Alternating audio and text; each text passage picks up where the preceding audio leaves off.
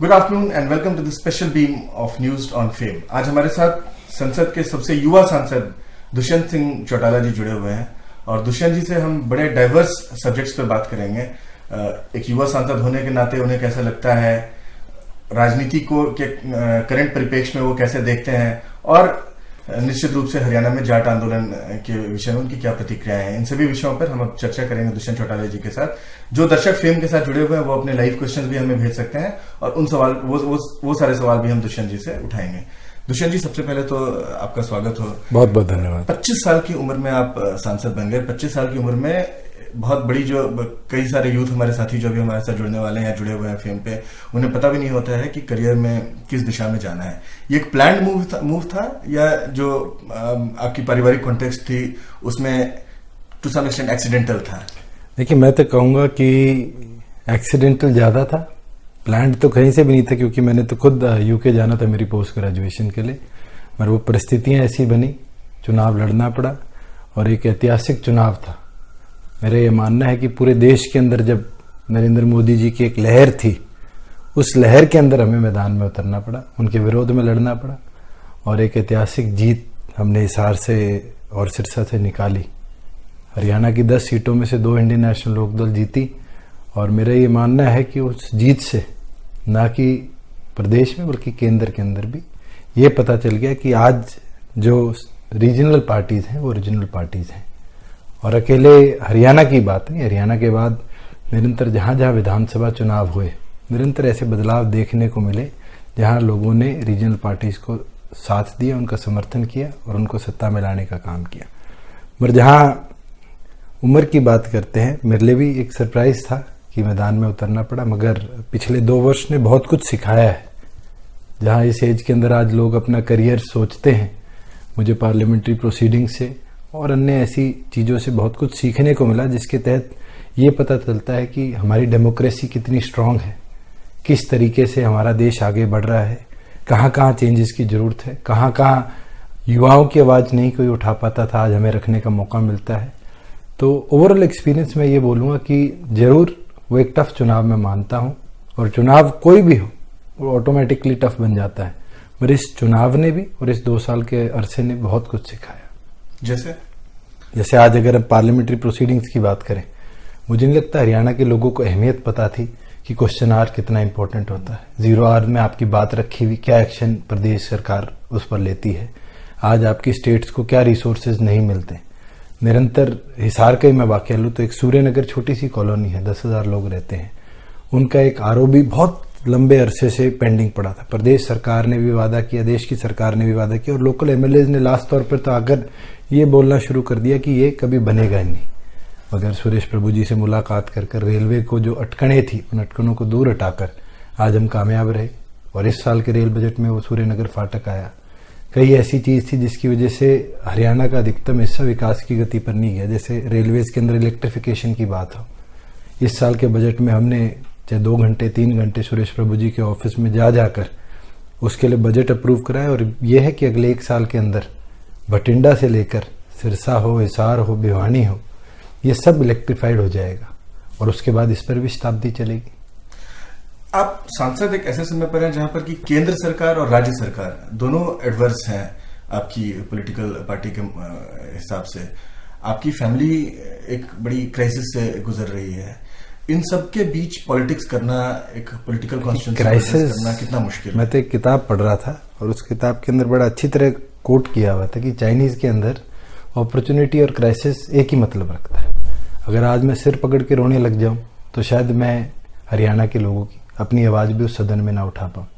जरूर क्राइसिस हैं, मगर क्राइसिस को जीत कर अपॉर्चुनिटी बनाना चौधरी देवीलाल जी ने सिखाया है और निरंतर वो समय हो और आज हो, निरंतर हम यही प्रयास करें कि किसी तरीके से जो कमियां रही है सिस्टम के अंदर भी और मैं मानता हूँ हमारे अंदर भी, उसको किस तरह इम्प्रूव किया जाए। किस तरीके से आज जो सिचुएशन है जहाँ मेरे परिवार के 2 मुखियों को सलाखों के पीछे बंद किया हुआ है और क्या कसूर है।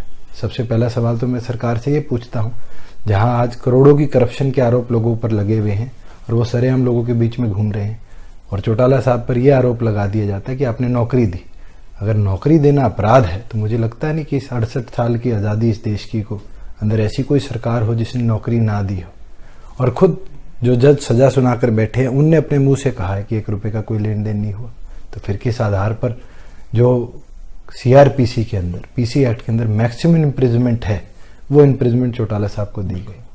तो ये कई ऐसी चीजें हैं जो जरूर कमियां रही है सिस्टम के अंदर, और धीरे धीरे जब हम लोकसभा में बोलते हैं, वहां प्रोसीजर्स के तहत लोगों के आगे ये चीज रखते हैं, तो लोग जान रहे हैं, और आज इसके विरुद्ध लोगों की भी आवाज उठने लगी। तो क्या आपका मानना है कि आपका परिवार कहीं ना कहीं एक पॉलिटिकल वेंडेटा के एटमॉस्फेयर का शिकार हो गया है? मैं आपको वही तो बता रहा था कि रीजनल पार्टीज जो है, केंद्र की सरकार हमेशा इस प्रयास में रहती है कि रीजनल पार्टीज को कमजोर किया जाए, और आज उसका नतीजा है कि इंडियन नेशनल लोकदल को कमजोर करने के लिए एक ऐसा प्रोपेगेंडा प्रदेश में चलाया गया। जो अभी जाट आंदोलन हरियाणा में चला, काफी जाट रिजर्वेशन का डिमांड तो काफी दिन से चला आ रहा है और बड़ा पीसफुली चला आ रहा था। इस पर इतना हाथ से बाहर कैसे मामला हो गया? आपको क्या लगता है कि इसमें कहीं ना कहीं कोई ऐसी पॉलिटिक्स है? मेरा तो ये मानना है कि पूरी तौर पर प्रदेश सरकार का फेलियर रहा। अगर आज मुख्यमंत्री कोई फैसला नहीं ले सकते और उनकी सरकार के अंदर उनके जो वरिष्ठ लोग हैं वो सोचते हैं कि नहीं, हर फैसले से पहले हमें दिल्ली को कंसल्ट करना पड़ेगा, तो आज उसका नतीजा है कि हरियाणा के अंदर अगजनी हुई, हरियाणा के अंदर 32 युवाओं की जान गई। आज पहली बार हुआ है कि आर्मी को, पैरामिलिट्री को और पुलिस को सड़कों पे उतरना पड़ा। और क्या प्रदेश की सरकार जो फैसला उनने 9 दिन की अगजनी के बाद लिया, क्या ये फैसला केंद्र की और प्रदेश की सरकार पहले या दूसरे दिन नहीं ले सकती थी? मेरी खुद मुख्यमंत्री से, गृह मंत्री से निरंतर बातचीत चलती रही, और हमने कहा कि अगर राजनीतिक तौर पर हमारी कहीं जरूरत है तो इंडियन नेशनल लोकदल आपके साथ खड़ी है। प्रदेश की सरकार एक भी ऐसी जगह नहीं थी जहां पूरी एक्टिव दिखी हो। मैं खुद मेरी लोकसभा में रहा, हमारे दूसरे सांसद चरणजीत सिंह जी वो अपनी लोकसभा में रहे, जितने विधायक थे वो अपनी अपनी विधानसभा में रहे, और आज इसका नतीजा है कि प्रदेश के अंदर जहां जहां इंडियन नेशनल लोकदल के विधायक थे, जहां सांसद थे, कोई भी ऐसा एक कॉन्स्टिट्यूएंसी सेगमेंट नहीं है जहां पर व्यवस्था पूरी तौर पर बिगड़ी हो। जरूर मैं मानता हूं कि बिगड़ी है, पर हमने प्रयास कर कर, कोशिश कर कर उस व्यवस्था को सुधारने का काम किया। एग्जाम्पल देता हूं, मैं खुद हिसार में था, हिसार शहर के अंदर डॉक्टर्स के ऊपर तोड़फोड़ करी, उनके हॉस्पिटल्स तोड़ने का और पेट्रोल डाल के चलाने का प्रयास किया, मगर हमने सामाजिक तौर पर, जातिगत तौर पर लोगों से मिलकर, लोगों से बातचीत कर कर, सबसे इंपॉर्टेंट जो चीज थी उनको साथ रखकर, जो हमारी हिस्ट्री रही है प्रदेश की, भाईचारा, उसको बनाकर रखने की बात करी, और हम सक्सेसफुल रहे। उसके अंदर डिस्ट्रिक्ट एडमिनिस्ट्रेशन का साथ रहा, IG खुद ऑन स्पॉट रहे, कमिश्नर DC हिसार खुद एक्टिव रहे, हिसार बचा। रोहतक के अंदर तो एक ऐसा व्यक्ति नहीं था जो अपने आप को रिस्पॉन्सिबल समझकर ग्राउंड जीरो पर रहता। आज उठाकर देखिए सोनीपत में कौन था, झज्जर में कौन था। एक ऐसा MLA भारतीय जनता पार्टी का, कांग्रेस का हो जो ये कहता हो कि मैंने मेरी कॉन्स्टिट्यूंसी बचाने का प्रयास किया।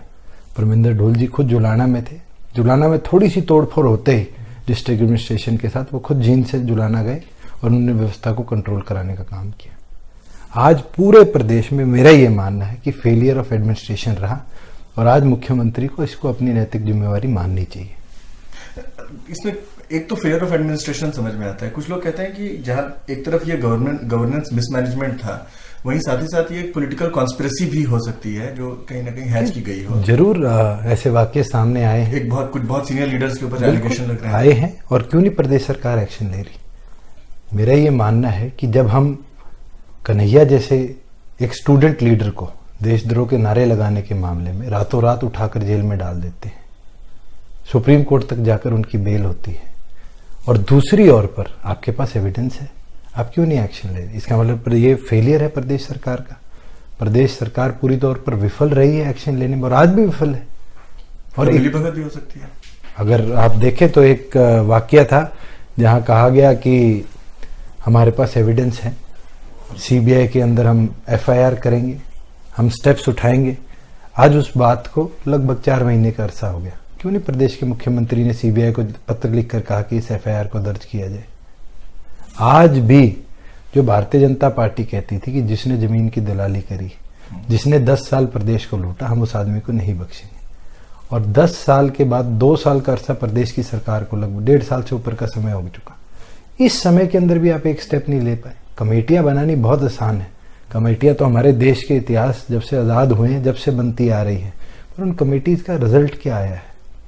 आप पूरी तौर पर बताइए। आज पंजाब के अंदर जब आतंकवाद था, उन कमेटियों ने क्या एक्शन लिया? दिल्ली के अंदर जब आपने सिखों को जलते हुए देखा, क्या उस कमेटी ने एक्शन लिया? लोग सरेआम बाहर घूम रहे हैं। तो क्या हमारे देश के अंदर लॉ केवल मात्र सरकार के पक्ष का चलता है? क्या हम कमेटियां बनाकर हमारे देश की जनता को बरगलाना चाहते हैं? मुझे लगता है कि ये फेलियर है गवर्नमेंट का, कि गवर्नमेंट ऐसी चीजों को कंट्रोल नहीं कर पा रही। आप इस इशू पे कहाँ खड़े हैं? जाट रिजर्वेशन के आप पक्ष में हैं, जाट रिजर्वेशन के आप खिलाफ? हम पहले दिन से इस चीज के पक्षधर हैं कि जो व्यक्ति आर्थिक आधार पर कमजोर है उसको रिजर्वेशन मिलनी चाहिए। आज अगर हम जाट की बात करें, जट सिख की बात करें, रोड की बात करें, बिश्नोई की बात करें, त्यागी की बात करें, तो आर्थिक तौर पर ये जातियां कमजोर है। मैं अपनी बात नहीं करता, मुझे आज आरक्षण की जरूरत है, मगर आप कभी जींद जाइए, आप रोहतक जाइए, सोनीपत जाइए, झज्जर जाइए, जिस आदमी के पास आधा एकड़ जमीन है और 2 बच्चे हैं, क्या वो आर्थिक तौर पर कमजोर नहीं है?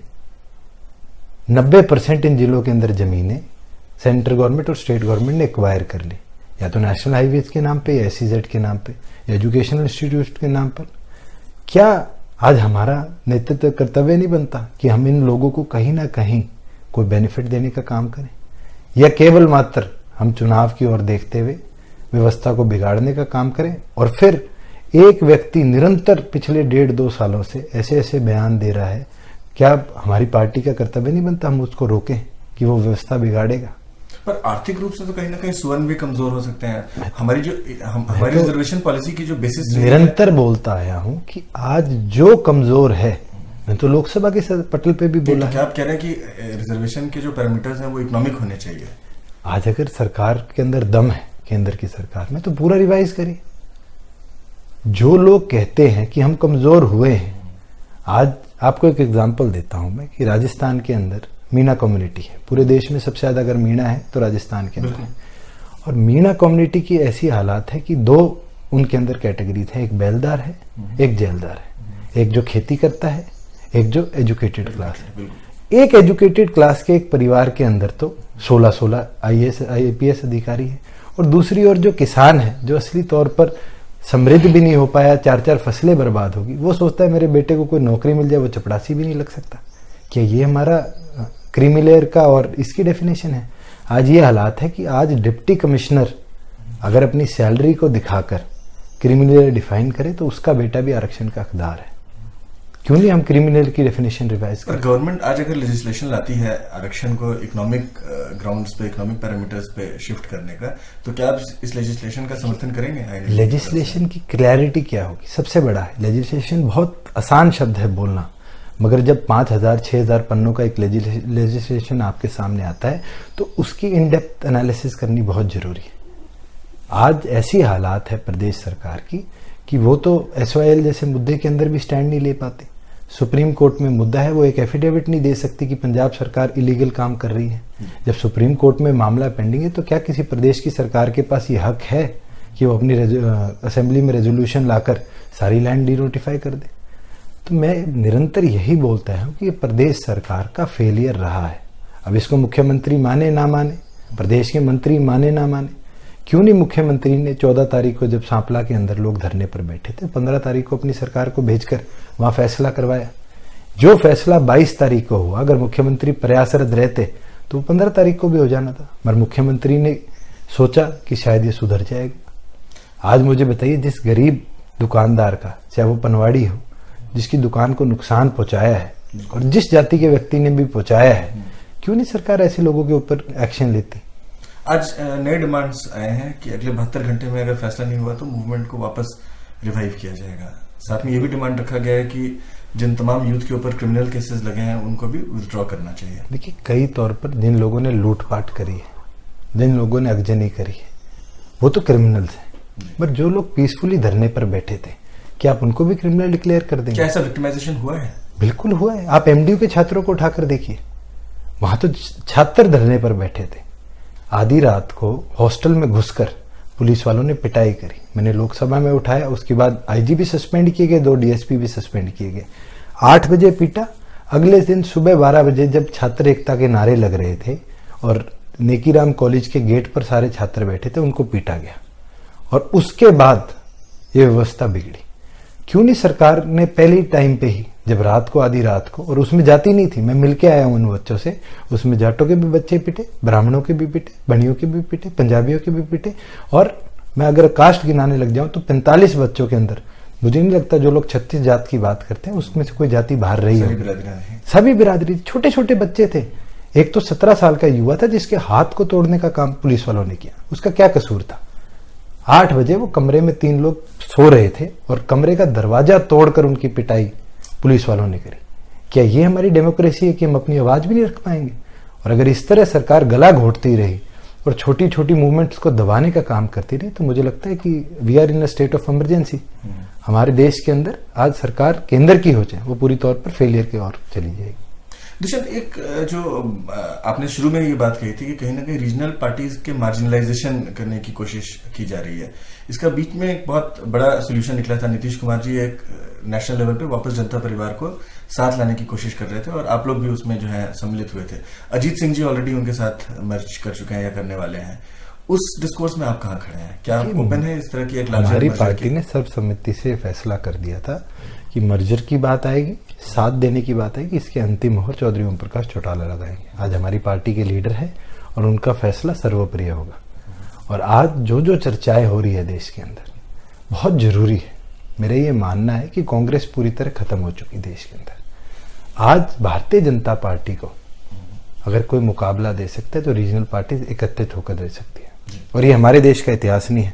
सौभाग्य से मैं जब अमेरिका में पढ़ता था तो मैंने कोई यूएस हिस्ट्री पढ़ी और उसका इतिहास भी ये बताता है 150 साल के बाद अमेरिका के अंदर जो लीडिंग पार्टी थी जिसको जॉर्ज वॉशिंगटन ने बनाया था उसको इब्राहिम ने आकर खत्म किया। इब्राहिम की पार्टी को आकर फिर कैनेडियरों ने खत्म किया। आप अगर इधर चले जाए इसकी तरफ, इंग्लैंड की तरफ, तो वहां पर भी लेबर पार्टी आई तो पुरानी पार्टियां गई, अब नई पार्टीज आ रही हैं।